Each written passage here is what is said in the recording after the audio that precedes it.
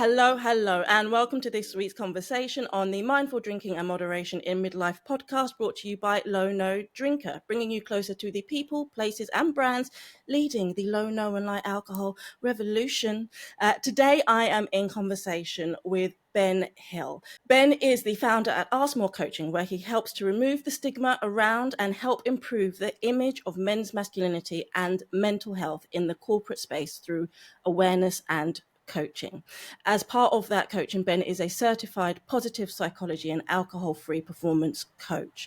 Today, I've asked him to join me to discuss a couple of the areas that he helps with that I just thought were super interesting and super fascinating for the low no drinker audience, such as the amount of time that Ben was able to return to his life when he decided to take a break from drinking, why moderation could work for you, and why the male equivalent to the mummy wine culture peer pressure that seems to be rife in midlife isn't discussed as much as it should be. Thank you very much for joining me today, Ben, and excusing my introduction as I coughed and spluttered all over you, which hopefully I'll take out for the listeners. But it's lovely to have you here. How are you doing, my lovely?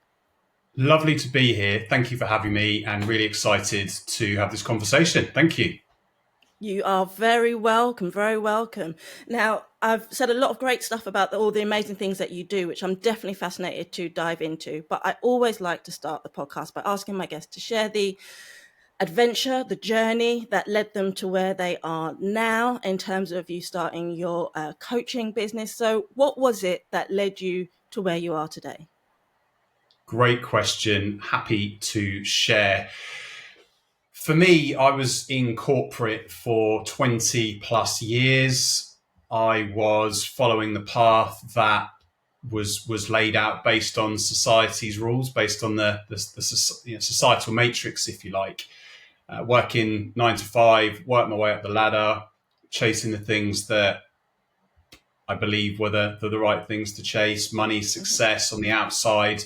I had it on paper, but internally I was unfulfilled.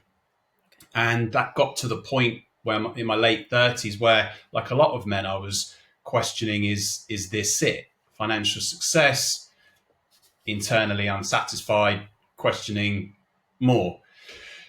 And, 6 figures in corporate, span my wheels, hit the skid, burnt out, fixed it, changed my life forever.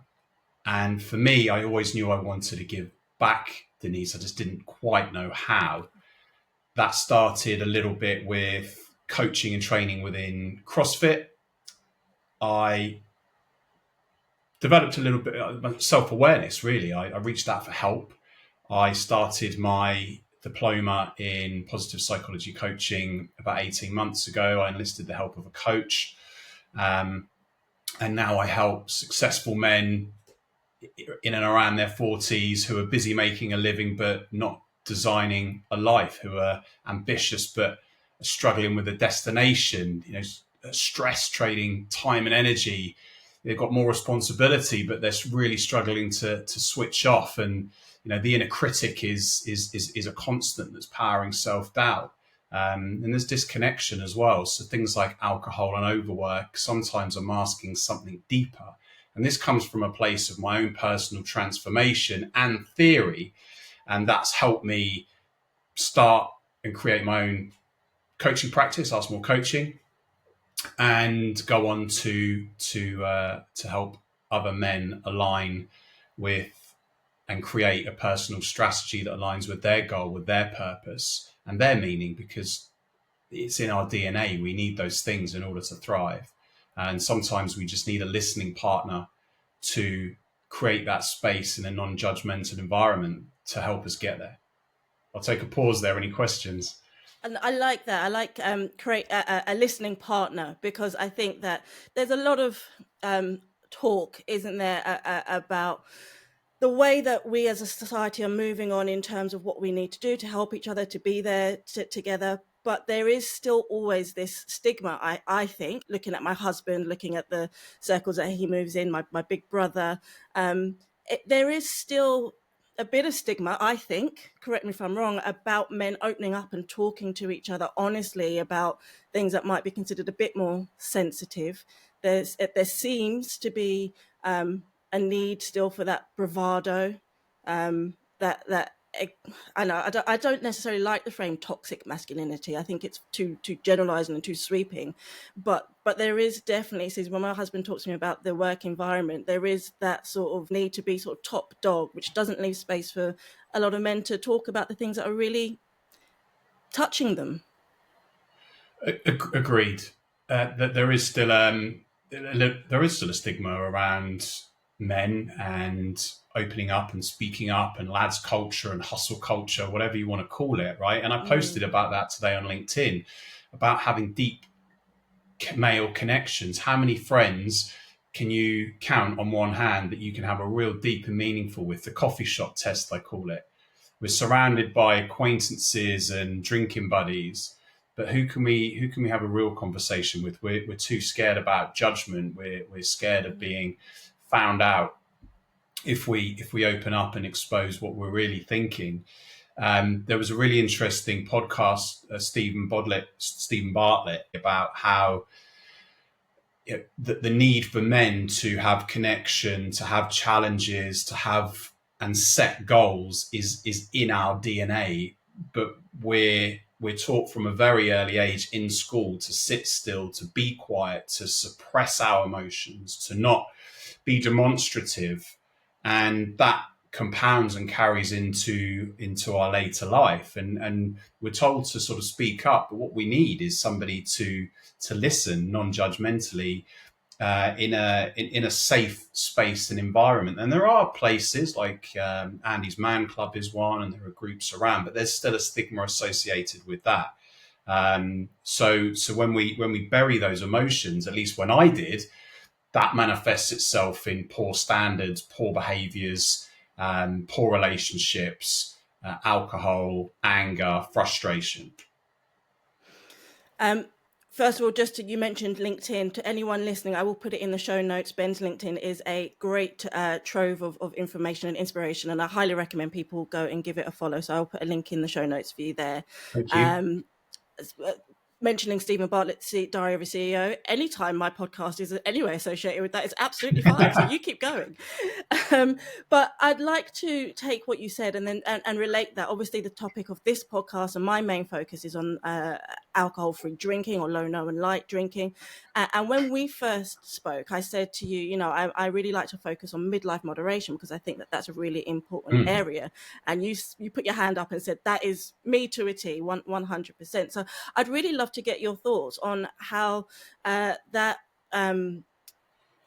lad culture that you've been referencing, then equates to the way that men are using alcohol. As you said yourself, perhaps it's a bit of a crutch, perhaps it's a little bit of a habit forming, perhaps you want to look at, is this the right thing for me to be doing? How do we bring those thoughts together in a positive way? I think I know the shift is changing with Gen Z. Alcohol-free options and low and no are up. You know this more than me. I read this the other day, about 35% year on year in the UK, and there are more and more options and choices. If you are a product of the 80s and 90s, that wasn't there. And we were a product of parents who were brought up in an environment there was none of that, and so we're just following those same patterns. Alcohol's in our DNA. It's been there for thousands of years, and it's marketed heavily to us psychologically as well, very cleverly. And for instance, I was watching TV the other day, and there was a Moretti, whatever it was, being advertised on TV, and they chased the sun and sat up there, and it was all glistening and sexy.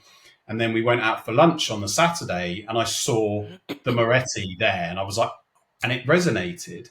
So it's subliminal, and it's, as I said, it's in our DNA, and we were taught that it's a sexy couple drink it. You need it on holiday. You need it to have fun. You need it to be successful, but you don't. It's typically, when the fun stops, stop, as they say. And as you get a little bit older, you physically just cannot cope with it. It impacts your sleep, your mood, your skin, your performance, how you show up, your cognitive ability, the brain fog. Even just 2 drinks destroys your sleep and impacts how you feel the next day. So your energy and your mood. For me, in particular, I was carrying that through to a Monday. And I was just questioning, like, what is this? And this feeling, and do I need to do it? Do I have a Mm. choice? Thursday is the new Friday in corporate world. Just go Okay. and have a beer. One turns into six, 50 quid down the drain, smoking a few cigarettes, eating crap, getting the last train home, leaving my car at the station, missing dinner with my family with a load of people, for a load of people that don't really, don't love me, but we'll put it that way. And then your performance Okay. is hampered the next day until 5 o'clock and you can have another beer. But if you don't know, if you don't have a strategy, or you don't know your why, then you just keep going with the status quo. And I think that's part of what the work I do is unraveling those limiting beliefs that are associated with, it could be past trauma, it could just be poor standards around that drinking culture, to give people a choice. I'm not saying, because that's what we want is control.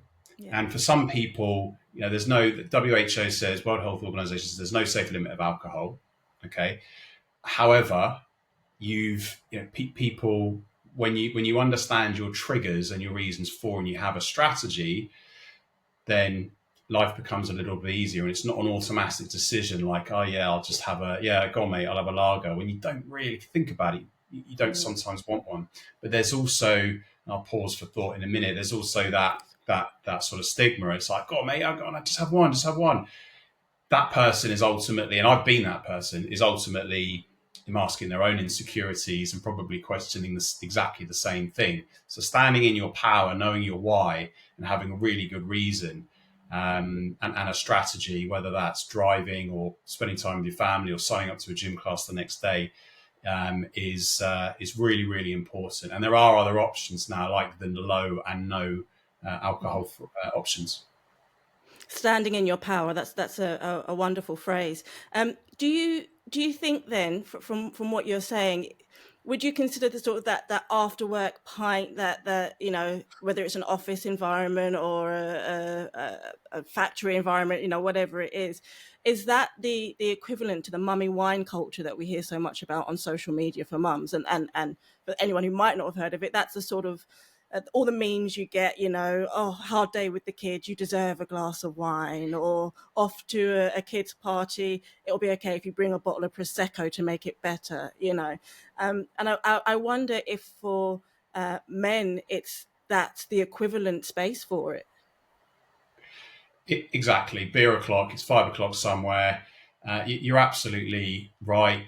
It's whatever you want to call it. Yeah, gin o'clock, mummy's wine glass, daddy's beer glass. It's a societal sort of norm or expectation. Same as we're told that we need to work certain hours and follow the educational system, or you won't be a success. That's changing a little bit now, but again, it's chasing those, or living by those outdated constructs.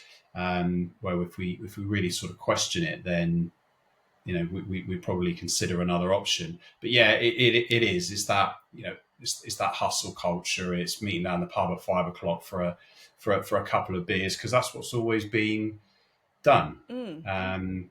So yeah, it effectively spot on, in So my opinion. yeah, yeah. And so what's the next phase then? Because there'll be a lot of people listening to this, themselves, men or women, who are thinking about their partners or whatever. Is the next phase then to say, right, okay, well, we need to just knock that all on the head? Or, you know, is it a case of you need to go out and make an active moderation plan? Do you need to start with taking a definitive break? In your practice, when you're speaking to people who've come to this realization and understand that it is time for them to find a way to stand in their power, is there a starting point that you often recommend? There's a couple of things. There's three things. I'll keep it brief. The first one: where do you want to be in 10 years? And it's like, it's not a throwaway question. What do you want to look like? How do you want to feel? Where do you want to be? Who do you want to be with?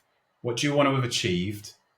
Because if you carry on down the same path, you ain't going to be there, or you could still be standing outside the boozer with John and James drinking pints at 5 o'clock. If that's what you want, no judgment. I'm not anti-drinking. I just know from my experience and what I've been able to achieve since I took a break. Second is we'll do an audit. What are all your reasons for? What are all your reasons against? And we'll outweigh the pros and cons. There's a bit more to it than that, but even you can do that at home. Just challenge those beliefs, and that's quite enlightening. And the third thing is I'd recommend is a 30 to 60-day break.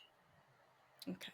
That's it. Then decide what you want to do. But if you're open to reevaluating your relationship with alcohol, if you've got that quiet tension inside of you that's saying, something's not right, I'm not feeling my best, I'm not performing at my best in the gym, my relationships aren't the best, my sex life is suffering, my body shape isn't what it wants to be, I'm not at my best at work, and so is performing better. Whatever it is for you, then consider a 30-day break, weigh up the benefits. After that, then make a conscious decision is my recommendation. And there's lots of free apps and free books. I can recommend these and give it all away on LinkedIn. It's not just about alcohol free, by the way, because there's a lot more to it than that in some instances. But it's all there. There's 1 Year No Beer, there's the Dry app, and you can be part of a community to take a 30-day break. And then you might just introduce it back with a lower volume. Just snap that sort of automated habit that you have, and have a bit of a circuit breaker. And in terms of people in sort of this midlife phase that yourself and myself and probably all of our friends are in, how important do you think moderation is to part of that midlife journey when it comes to improving your performance? As you mentioned, so many places, didn't you? You know, whether it's your physical, mental, work performance, family, sex life, all of these things. What role can moderation play in that? Because quite often people, moderation either gets a really bad rap, or people say is the be all and end all solution to everything. I'm not quite sure it fits into either one of those categories. I think you're right. I can't moderate. I'm a guzzler. So if I have a glass of lemonade, I'm going to drink it pretty fast. Okay. Same with alcohol. If I had a petroleum grade cocktail, I would probably drink it faster than most. It's just who I am. Some people can. My partner can nurse a glass of wine for 3 hours, and I used to have a glass of drink mine and then look at hers because it's knowing, it's self-awareness. So you can I do train myself to do that, to eat slower, to be present, to enjoy. It's just another decision. Like how much, what brand, when, how do I want to feel, what time? It's just another stressor that I personally don't need. But moderating in life in general, if you can moderate, you don't really need to, because it's natural to you. The ones that talk about moderation are the ones that are probably a bit more not gluttonous, but need a bit more help. So in those instances, there are other options where a low alcohol beer, of which there are some really great ones now, offers you that option to feel like you've got an adult drink in your hand, but it doesn't trigger that thirst for more. It doesn't shut off your frontal cortex and mean that you're just going to end up drinking 6 pints and getting a taxi home. Yeah, I think you make a really important point now. I often reference the difference between what I call active moderation and passive moderation, and active moderation being your things like your 1 year no beer, which I know you did and made a huge difference for you, your dry month challenges, sober spring, all of those sorts of things, dry January. And I think that those can be great for people. I myself tried several. I don't like to say I was unsuccessful, because I think that the trying it is a success. Going into it and knowing that you're ready to make some changes is a great thing. How it comes out might be different for different people at different times. But worry I have about active moderation like that is that the sort of the white knuckling through the countdown to Mm. February 1st or November 1st, when you go out and you just go, right, that's it, I've done my dry month, let's get pissed. And my worries with those is that they just undo all the great stuff. During that time, you recommend that people do try a 30 or 60-day break. What can people be doing during that time to make the most of it so that on February the 1st, they don't just go hell for leather down the pub and make up for all the days that they haven't been drinking? It's a really good point. That was me. And I did a year and I made up for it. But I would Wow. recommend, because I didn't have the right strategy in place, Okay. I would recommend working with a coach where there is past traumas. Trauma sounds like a really serious word, but Hmm. you're likely drinking for a reason, to forget, to pause. If you're not aligned with your job, your values, your purpose, and your strengths, then it's just nice at the weekend. You pop a beer because, or a glass of wine, you forget, you're you're not responsible, you switch off, and but then Sunday rolls around, you get the Sunday scaries, and you go into Monday. So when Christmas comes around and you think, oh, I'm going to do it for dry January, you do your month and then you go back in. That's where some of these apps are scaled to really, really help you now for what Okay. is next. And it's about who you're becoming and knowing that why that I said earlier. It's like, why am I taking a break? Because I want to realize X, Y, and Z. And when you get back having a strategy for, I don't want to say moderation, but for that person that you want to become, so you don't revert back to type. I really love that, because that to me sounds like, and correct me if I'm wrong, but it sounds like you're saying that the goal of a 30 or 60-day break isn't about going teetotal at the end. It's about taking some time out to find out who you are, what you want, and how you're going to achieve it. And within that, you can consider whether alcohol plays a role in that or not. Yeah, that's fair. I did. I've done various stints, and I did a 8 months, and then I went and had a couple of beers, and I just told myself I'm not. I wanted to. I felt like it, and there was no guilt or punishment behind that.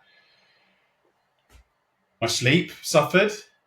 The next day, Yeah. my energy really suffered. I didn't beat myself up with a shitty stick, and then the Monday, I wasn't underperforming. I could feel it in myself. So then it's that question of how do I want to feel? So it goes back to doing that work on the pros and cons. Like, why am I actually drinking? To relax, to socialize. Hmm. But when that thought triggers, are thoughts, actions, and beliefs the only things that we're actually in control of? So when that thought pops up, oh, it's a boiling hot day, I need a beer, or there's that stressor at work, I'm going to drink.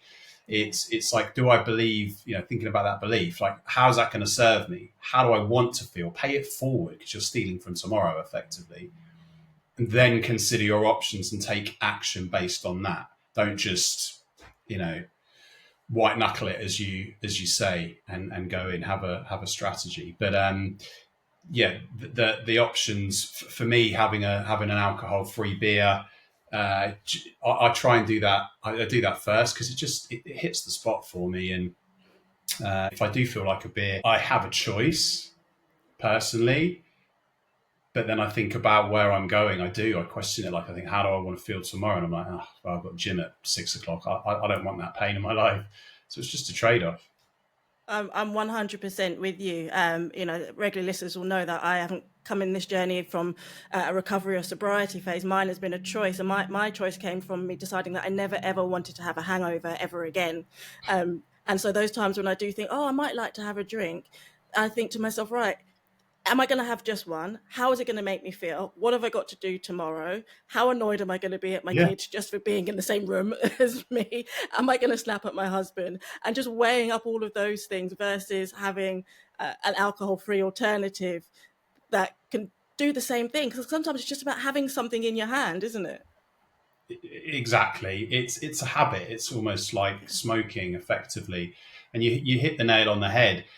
listening to you, it sounded stressful. All the decisions that you had to go through, and I'm not a sobriety Yeah, coach. If yeah, you have a dependency on alcohol, then I have a list of support I can refer you to. wonderful. This is about creating a life you don't want to walk away from and performing 100%. Even if you drink, you got money, you're exercising, you are still not performing at 100%.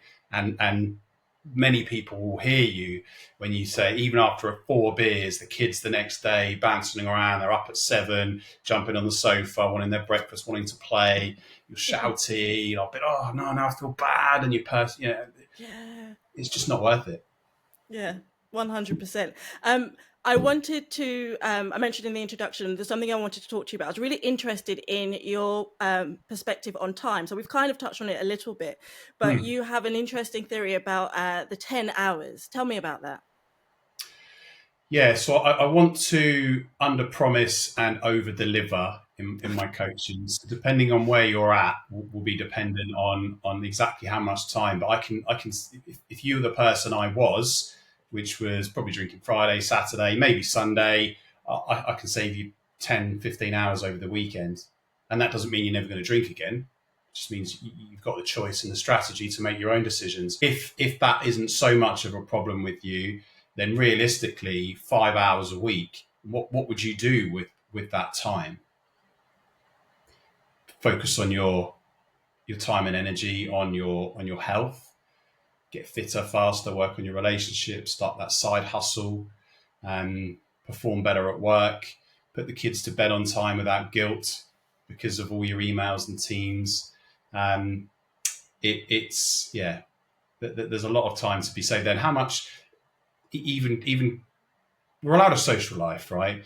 So you want to go to the pub and you want to have a beer, whatever, that's fine. That's your choice. If you want to have a low no beer, that's also fine. But I guarantee for me, 8 to 9 times out of 10, I didn't really want to be there. And so it's like, what can I be doing with that time instead? Repairing and rebuilding my mental health and my relationships and being the best father and husband that I can be. And also within that, as your health improves, your mental health, your well-being, your self-awareness, everybody else benefits when you're serving your own cup. Your your wealth increases. You're saving not only time, you're saving money. And when your performance improves, then you're increasing your revenue options as well. Then you're more in alignment with your strengths and your values. You're purposeful. You're creating meaningful challenges to keep yourself um, focused. You're in control, crystal clear clarity. You can know the destination. I've helped people running marathons or doing high rocks. I'm doing another event, Ethics Games, with somebody in August, Cool. and it's all there. I've gone off on one, but yeah. But I get it, because I think that the time thing is really important, because it's not just the obvious time. It's not just the time that you spend in the pub or with the socializing. That's probably the time that's best spent in this whole sort of uh, timeline of things, because there you're socializing, you're interacting with people, you're building social connections for whichever way you do. But it's the time that's wasted afterwards. And for me, it wasn't just the hangover, because I mean, the hangovers are pretty bad. I was known to be very ill for many hours, and it just Sorry to hear wasn't that. worth it. So I brought it all on myself. It's fine, but thank you. But for me, it was sort of the time after that. It was the day after the hangover, and the day after that, I would still be feeling groggy, but not realize it until Wednesday, when suddenly I felt, oh, I feel really good. I feel good today. Why is that? And it took me a while to realize that it was because my body was still and my brain was still operating at just a lower Mm, capacity. And it wasn't until I went on my moderation, low no journey, whatever you want to call it, that I mm. realized that I'd been operating at like 60, 70% capacity for most of my adult life. And so actually the amount of time that I was able to get back was immense. What would you do? What metaphor would you describe that feeling as that you carried through on the Monday to Wednesday? Just curious. Oh, that's a good question. I feel like I was I was there and I'm present, but there was a film that there was like a, that the thing you get on your phone that covers your phone and it Yes, looks clear and you can see through it, but it's only when you take it off that you realize how shiny the phone is. That is how I felt, and it was only when I peeled that off and I went, oh, okay, no, this is what I feel like when I'm feeling great. life in HD. Yes, there you go. Yeah, yeah. I um hear you. It feels like a cloak, for me, a really heavy cloak mm, that I'm carrying around, and it there's as you mentioned, there's loads of resources on my LinkedIn. I did a LinkedIn Live with a colleague, a fellow coach who runs a recruitment firm, and we talk about alcohol in performance in business and presenteeism, which we were talking about there, okay. Denise. That it's a big thing in businesses. People aren't performing at their best. It's a huge problem. So there's so much money being left on the table in that world. So that's park that for another conversation, but that's a consideration. Absolutely. I think, I mean, in my career before this was in hospitality. So drinking, I was running bars and restaurants and Mm, clubs. So, turning up with a hangover or having a drink on shift was part and parcel of what you do. But even there, times when I did have a bit of a break, you could tell that there was a difference in your ability to serve your customers, communicate with my boss, to motivate my team. So there is there's a definite impact, I think, on our economy from the way that we mm, don't recognize the impact that alcohol can have on us, individual performances. But mm. as you say, that is a big topic. I know that's one that you help people with. So if somebody did want to come and reach out to you, Ben, can you tell us a little bit more about what they can expect and where they can find you? Because I think the stuff you shared has been fascinating. I really appreciate that.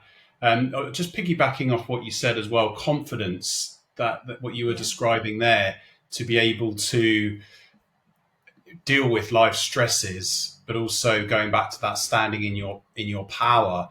I Yeah. was almost, these self-limiting beliefs that I was, I would hold myself differently, and removing that just gives you that confidence. So when you get a taster for some of that, yeah, you don't really want to go back. But Well, yeah, people can 100%. find me on LinkedIn is where I live, and my website's there. You search for Ben Hill or Ask More Coaching.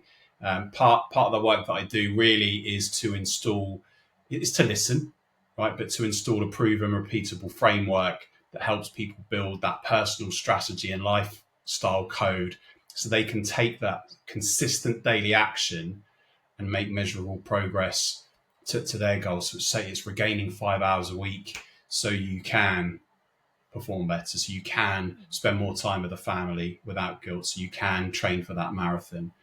And we do that using the Ask More method. So we map out all the goals. So they have a daily workflow, which naturally leads to that. We take action. We upgrade the mindset, scale personal strengths, clear outdated thought patterns, and align to those routines. And then with that all cleared, we strengthen the resilience, reinforce self-belief and confidence beyond the 90 days initially, and create an alchemy of self, if you like, a personal philosophy of who you're becoming that reflects your values, your goals, and then the identity of the person that you want to become. So people have that repeatable framework and strategy, personal strategy they can carry on with beyond our time working together if they choose. So It sounds wonderful and really beneficial to people. And I would stress to listeners that this is an alcohol reduction program. This is a lifestyle coaching program that you help people with. And alcohol is just one part of that journey that people can take when it comes to asking more. And I love that the ask more mm, approach, asking more of yourself, asking more of your life, asking and giving more as well. So I think that sounds thank you, fantastic. Denise. I'll put that all in the show notes for people who want to reach out and get in Mm, touch. Before I let you go, it is time for my final question that I ask everybody who comes on the show, because I believe in spreading the low, no, and light alcohol love. far and wide. Here in the UK, we are in the middle of a heat wave, so obviously none of us can cope. But there'll be many a barbecue taking place. So imagine this weekend you are off to a barbecue at a mate's house and you are bringing with you some low, no, and light alcohol drinks. What would you like to enjoy on a sunny barbecue day? There's a couple. Now I'm going to Okay. get shot. I'm going to get shot down because there'll be some purists out there saying, "No, all these magical IPAs, they're low and no."